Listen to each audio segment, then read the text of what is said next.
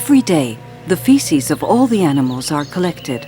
Depending on the places where these are deposited, or whether they are covered or not, many things can be learned about the animal's behavior or relations among them.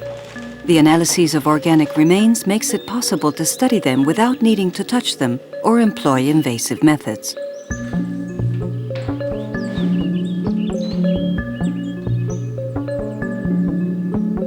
The hormones are also analyzed, and these provide valuable data on the reproductive level of each animal, which is, after all, the fundamental aspect of the project.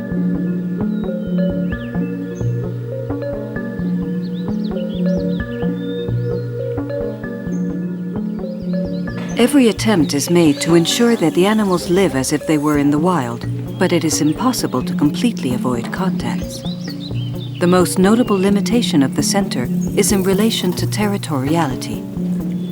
The areas in which the animals live are no larger than 500 square meters, which prevents them, for example, from walking 7 kilometers a day as they would normally do in the wild. In addition, contacts among them are limited, so they don't harm each other in fights. The daily work is pretty intense because we work during the day, at night, at weekends. Well, the problem we have day by day is that there are many things that we are learning as we go along. All kinds of discoveries, for example, that the females remain in heat until the month of May, but then their ovaries are inactive for the rest of the year, whereas the males maintain testicular activity throughout the year. That the females can experience a condition of pseudo-gestation that can last for several months. Also, things that we're discovering in many different fields, ethology, their behavior. For example, a female that is pregnant can go into a kind of pseudo-heat, and it looks as if she's really in heat.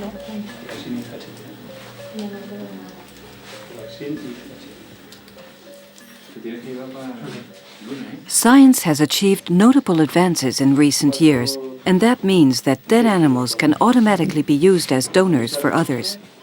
Even the lynxes killed in accidents with cars can serve to save others.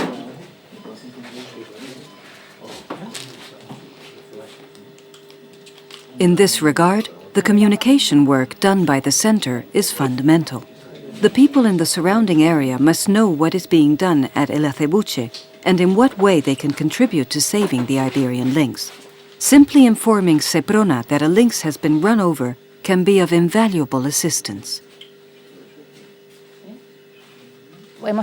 We have learned one important thing, which is how to bottle feed a lynx cub from when it was abandoned at just 1 day old, and we've managed to do it. It is now 5 months old, and it's a very strong lynx. For us, that is a good experience because in the future there will almost certainly be other abandoned lynxes that we will have to bottle feed. We have been helped a lot by the experiences of other programs of breeding in captivity, specifically the Jerez Zoo, which rescued a female that was dying out in the countryside, just 5 days old, and they bottle-fed her, and they have helped us a lot with the case of Tsinara, who is the female abandoned precisely by that same mother that was bottle-fed, and then also the experiences of other feline programs in captivity.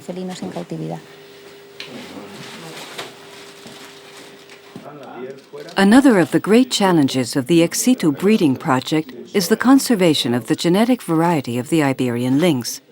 Endogamy is one of the causes of the disappearance of the lynx, and it can only be avoided by encouraging males and females from different groups to breed. Those in charge of the project estimate that until there is a population of 70 individuals in captivity, the optimum genetic variety will not be guaranteed.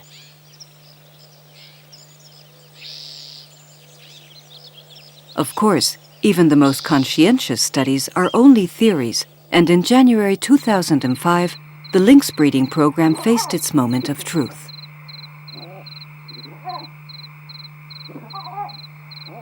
Once all the health controls and analyses have been carried out, the time had come to leave the protagonists alone.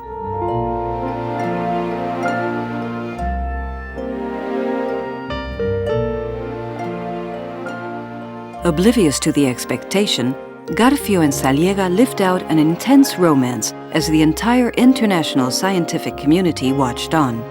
74 days after their first copulation, the first litter of Iberian lynxes was born in captivity. It was the first time that it was possible to see and study a complete generation, and one more step in the reintroduction of the lynx into our forests.